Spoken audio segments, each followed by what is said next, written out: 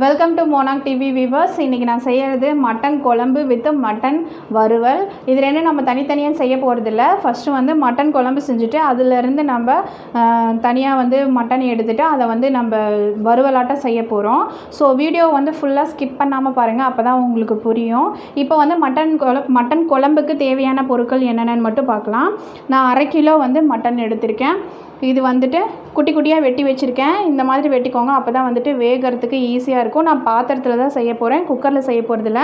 பாத்திரத்தில் செஞ்சிங்கன்னா அது வந்து டேஸ்ட் இன்னும் நல்லா சூப்பராக இருக்கும். ஸோ பாத்திரத்தில் ட்ரை பண்ணுங்கள். அடுத்தது வந்து 12 சின்ன வெங்காயம் இந்த மாதிரி கட் பண்ணி வச்சுருக்கேன். 15 சின்ன வெங்காயம் கூட போட்டுக்கோங்க, இது சின்ன வெங்காயம் நல்லாயிருக்கும். அடுத்தது இஞ்சி, பூண்டு, பட்டை, லவங்கம், இது வந்து 4 சேர்த்து அரைச்சி இந்த மாதிரி பேஸ்ட் ஆட்ட வச்சுருக்கேன். நான் 1/2 கிலோ மட்டன் எடுத்ததுனால 50 கிராம் இஞ்சி, 50 கிராம் பூண்டு எடுத்துகிட்டு இந்த சைஸுக்கு விரலோட முதல் இது இருக்குல்ல, இந்த சைஸுக்கு வந்து ஒரு 5 பட்டை 7 கிராம்பு, இந்த சைஸுக்கு 5 பட்டை 7 கிராம்பு வச்சு 50 கிராம் இஞ்சி, 50 கிராம் பூண்டு, இது 4 சேர்த்து இந்த மாதிரி நல்லா நைஸாக அரைச்சி வச்சுக்கோங்க பேஸ்ட் ஆட்டம். இதுதான் வந்து கிரேவிக்கு நல்லா டேஸ்ட் கொடுக்கக்கூடியது. அடுத்தது 1 ஸ்பூன் வந்துட்டு மிளகாத்தூள் ஆட் பண்ணியிருக்கிறேன்.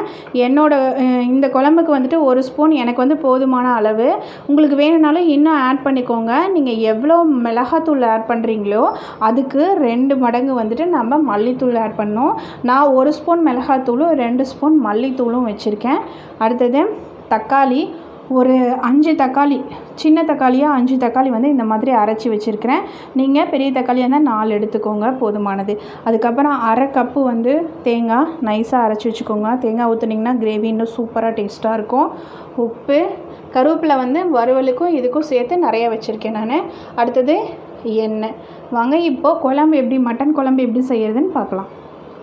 வந்து சூடாயிருச்சு. பாத்திரத்தை வந்து ஃபஸ்ட்டு எண்ணெய் வந்து ஒரு 3 குழிக்கரண்டிக்கு ஊற்றிக்கோங்க. எண்ணெய் சூடாயிருச்சு. எண்ணெய் சூடானா கொஞ்சமாக கருவேப்பிலை பொரிஞ்சோன்னே வெங்காயம் எண்ணெயில் நல்லா பொரியட்டும், வெயிட் பண்ணுங்கள். வெங்காயம் வதங்கிருச்சு. இப்போ வந்து 2 ஸ்பூன் வந்து இஞ்சி, பூண்டு, பட்டை, லவங்கம் அரைச்சி வச்சுருக்கோம் இல்லைங்களா, அது வந்து 2 ஸ்பூன் ஆட் பண்ணிக்கிறோம். 1/2 கிலோவுக்கு 2 ஸ்பூன் ஆட் பண்ணிக்கிறோம். இஞ்சி பூண்டு 2 ஸ்பூன் போட்டிருக்கேன். இது வந்து எண்ணெயில் நல்லா பொரியணும். இஞ்சி பூண்டு பச்சை வாசம் வந்து போகணும், அது வரைக்கும் நல்லா கிளறி விடுங்க. இஞ்சி பூண்டு பட்டை லவங்கம் நல்லா பொரிஞ்சிருச்சு, பச்சை வாசனை போயிடுச்சு. இப்போ வந்து நான் தக்காளி வந்து ஆட் பண்ணுறேன். இதில் தக்காளி சேர்த்த உடனே வந்து நம்ம மிளகாத்தூள், 1 ஸ்பூன் மிளகாத்தூள், 2 ஸ்பூன் மல்லித்தூள், 1/2 சிட்டிகை மஞ்சள், இதெல்லாம் ஆட் பண்ணிவிட்டு நல்லா கலந்து விட்டுக்கணும். இந்த எண்ணெயிலேருந்து மசாலா வந்து பிரிஞ்சு வரணும். தக்காளி, மஞ்சத்தூள், மல்லித்தூள் வாசம் வந்து போகிற அளவுக்கு நல்லா கிளறி விட்டுக்கிட்டே இருக்கணும். இந்த பச்சை வாசனை போகணும், அது வரைக்கும் கிளறி விட்டுட்ருங்க. பாருங்கள், இந்த மாதிரி வந்து எண்ணெயிலேருந்து மசாலா பிரிஞ்சு வரணும். ஒரு 1/2 டம்ளர் தண்ணி ஊற்றிட்டு கூட நீங்கள் நல்லா வேக வச்சுக்கோங்க. அடி பிடிக்காமல் பார்த்துக்கோங்க. நல்லா இந்த மாதிரி மசாலா வந்து பிரிஞ்சு வரணும், பச்சை வாசம்லாம் போகணும். இப்போ இந்த ஸ்டேஜில் வந்து என்ன பண்ணிக்கலாம்னா நம்ம மட்டன் ஆட் பண்ணிக்கலாம்.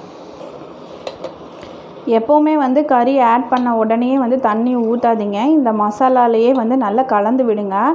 இந்த மசாலா வந்து கறியில் இறங்கட்டும். ஒரு 2 செகண்டுக்கு வந்து இதை மூடி போட்டு வேக விடலாம். சும்மா இப்படி 2 செகண்டுக்கு நான் விட்டுருந்தேன். இப்போ பாருங்கள், கறியிலேருந்தே தண்ணி இறங்கும். சிக்கன் கிரேவினா இன்னும் நிறையா வரும். இது வந்து மட்டன்றனால கொஞ்சமாக தண்ணி இறங்கும். ஸோ இது இந்த மட்டனில் இருக்கிற தண்ணியிலேயே கொஞ்சம் ஒரு 2 செகண்ட் வேக விடுங்க. இப்போ வந்து தேவையான அளவு வந்துட்டு நம்ம உப்பு சேர்த்துக்கலாம். உப்பு சேர்த்துட்டேன். இப்போ வந்து நல்லா வந்து பரட்டி விடணும். நான் தண்ணி எதுவும் ஆட் பண்ணல. நான் வந்துட்டு மசாலா ப்ளஸ் வந்து இந்த மட்டன் கிரேவியில் இருக்கிற தண்ணியிலே தான் வந்துட்டு இந்த மட்டன் வந்து இப்போ வெந்துட்டுருக்கு. நல்லா மட்டன் வந்து நல்லா வெந்துட்டுருக்கு. மசாலா பிடிக்கணும். இப்போ வந்து தண்ணி ஆட் பண்ணி வேக வச்சிடலாம், மூடி போட்டு வேக வச்சிடலாம். நான் பாருங்கள், இதில் வந்துட்டு ஒரு கப்பு தண்ணி வந்துட்டு நான் இதை ஊற்றுறேன். 1 கப்பு தண்ணி ஊற்றிட்டு நல்லா கலந்து விட்டுட்டு இப்போது மூடி போட்டு வேக வைக்கிறேன். ஸோ நீங்கள் வந்து அடிக்கடி ஓப்பன் பண்ணி பார்த்து இந்த தண்ணி வந்து வற்றிருச்சா, இன்னும் தண்ணி தேவைப்படுதா அப்படின்னு பார்த்துக்கோங்க. கறி வேகிறது வந்து அடிக்கடி செக்அப் பண்ணிக்கோங்க, இல்லைன்னா வந்துட்டு அடி பிடிச்சிரும். கறி வெந்துருச்சான்னு ஃபஸ்ட்டு செக் பண்ணிக்கலாம். இந்த மாதிரி எடுத்துகிட்டு நம்ம பச்சை தண்ணியில் போட்டுக்கோங்க, நல்ல தண்ணியிலே போட்டுட்டு அழுத்தி பார்த்திங்கன்னா சுடாது. அழுத்தி பார்த்திங்கன்னா இந்த மாதிரி நம்ம அழுத்தினோடனே இந்த மாதிரி 2ஆக வந்து பிரிஞ்சிடும். இப்போ வந்து கறி வெந்திருக்குன்னு அர்த்தம். இப்போ இந்த டைமில் வந்து என்ன செய்கிறோன்னா நம்ம தேங்காவை ஆட் பண்ணிக்கிறோம். தேங்காவை ஆட் பண்ணிவிட்டு கலக்கி விட்டுக்கணும். உங்களுக்கு கிரேவிக்கு இந்த இந்த பதம் போதுமானதுன்னா இந்த இதில் வச்சுக்கோங்க. இல்லைன்னா இன்னும் கூட தண்ணி நீங்கள் ஆட் பண்ணிக்கலாம். நான் இன்னும் கொஞ்சம் தண்ணி ஆட் பண்ணுறேன். இதில் ரொம்ப கெட்டியமாக இருக்கிறதுனால தண்ணி நான் எனக்கு தேவையான அளவுக்கு நான் சேர்த்துக்கிட்டேன். இப்போ இது மூடி போட்டு ஒரு 2 கொதி, தேங்காய் அதிக நேரம் வேகக்கூடாது, ஒரு 2 கொதி வர வரைக்கும் நம்ம விட்டுடலாம். இப்போ இது அடுத்தது மட்டன் வறுவல் எப்படி செய்யறது, இது வெந்துட்டுருக்கட்டும். அந்த டைமில் நம்ம மட்டன் வறுவலுக்கு தேவையான பொருட்கள் என்னென்னு பார்த்துக்கலாம். இது ரொம்ப ரொம்ப சிம்பிளானது தான். இப்போ மட்டன் கிரேவி வெந்துட்டுருக்குது. இப்போ மட்டன் கிரேவி நல்லா வெந்ததுக்கப்புறம் அதுலேருந்து மட்டன் மட்டும் தனியாக எடுத்து நம்ம ஒரு சிம்பிளாக ஒரு ஃப்ரை ஆட்டம் செய்ய போகிறோம். அது ஒரு சிம்பிளான டிஷ் தான், ஆனால் செம்ம டேஸ்ட்டாக இருக்கும். அதுக்கு தேவையான பொருட்கள் ஒரு பெரிய வெங்காயம் எடுத்திருக்கேன். இது நீங்கள் 1.5 கூட எடுத்துக்கலாம், நல்லாயிருக்கும். வெங்காயம் நிறைய போட்டால் நல்லாவே இருக்கும். அடுத்தது கருவேப்பிலை, அப்புறம் 2 தக்காளி எடுத்திருக்கேன். சின்ன தக்காளி இருக்கிறனால நான் 2 தக்காளி எடுத்திருக்கேன். மிளகுத்தூள் இது கொஞ்சம் 1 டீஸ்பூன் அளவுக்கு ஆட் பண்ணிக்கோங்க. 1 டீஸ்பூன் 1.5 டீஸ்பூன் அளவுக்கு உங்கள் காரத்துக்கு தகுந்த மாதிரி நீங்கள் ஆட் பண்ணிக்கலாம். அடுத்தது தேவையான எண்ணெய் எடுத்திருக்கேன், அவ்வளோதான்.